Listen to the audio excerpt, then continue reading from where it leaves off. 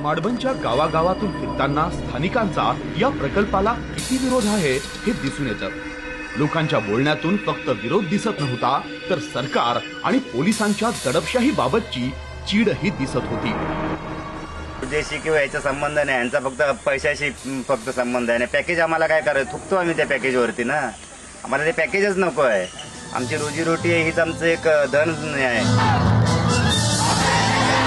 आपला हा विरोध त्यांनी ग्रामसभेतही दाखवला। जनसुनवाई वेळीही आणि मुख्यमंत्र्यांच्या जैतापूर भेटी वेळीही तो दिसून आला। जिल्हा परिषद माडबन, मिठगव्हाणेसह आसपासच्या 12 ग्रामपंचायतींनी प्रकल्प उभारणीला परवानगीच दिली नाही।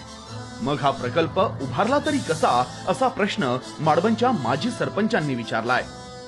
ह्या अणुऊर्जाबाबत आमचा प्रकल्पाला ठाम विरोध आहे आणि त्यापासून आम्ही ग्रामपंचायतीचे ठराव सरकारला पाठवलेले आहेत, तरी पण सरकार ही जबरदस्तीने जमीन बळकावलेली आहे। आणि आमच्याकडे कारण जबरदस्तीने सुद्धा भूसंपादन केले, आम्ही नको नको म्हणतो, आमचा विरोध असून पण ही जमीन त्याने स्वतः बळकावलेली आहे। असे अनेक मुद्दे उपस्थित करत स्थानिकांनी प्रकल्प विरोध कायम ठेवलाय। निलेश करंजे, साम मराठी, जैतापूर।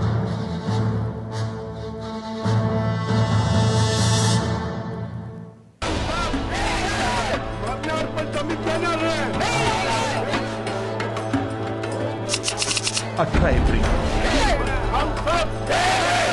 आजही तो दिवस माडबन वासियांना चांगलाच आठवतोय। अणुऊर्जा प्रकल्पासाठी संरक्षक भिंतीचं काम सुरू असताना शेकडो आंदोलक तिथं आले। पोलिसांबरोबर झटापट झाली आणि पाहता पाहता आंदोलन हिंसक बनलं। परिस्थितीवर नियंत्रण आणण्यासाठी पोलिसांनी लाठीचार्ज केला। त्यावेळी पोलिसांनी दडपशाहीचा कळस गाठल्याचं आंदोलक म्हणतात। 7वीत शिकणाऱ्या तन्मय वाडेकरलाही पोलिसांच्या लाठीचा मार बसला। ही घटना सांगताना तन्मय पार भेदरलेला दिसला। मला पोलिसांनी अडवून धरलं आणि त्या बागेत नेऊन मारलं, पायाला मारलं आणि हाताला मारलं आणि जायचं फेकून दिलं। असाच प्रसंग मिठगव्हाणे गावातील शीतल शिरसेकर यांच्या बाबत घडला। तो त्यांच्याच तोंडून ऐका। पोलीस लोक आधी ते उठते वरती होते ते आम्हाला माहितीच नव्हते।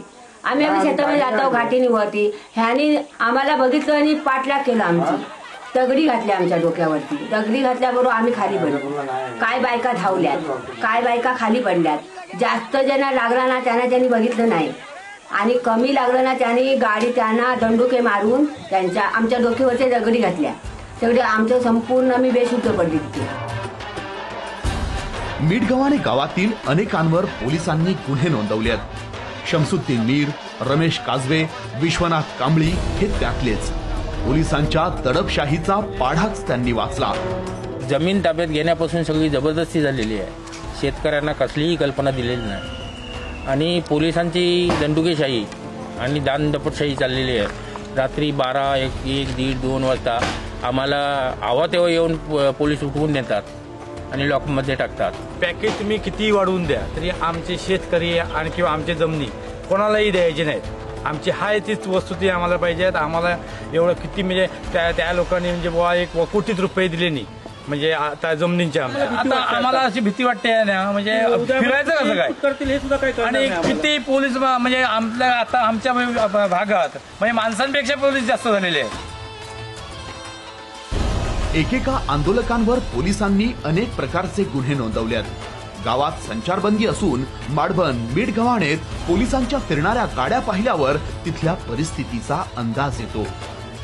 निलेश करंजे, साम मराठी, जैतापूर।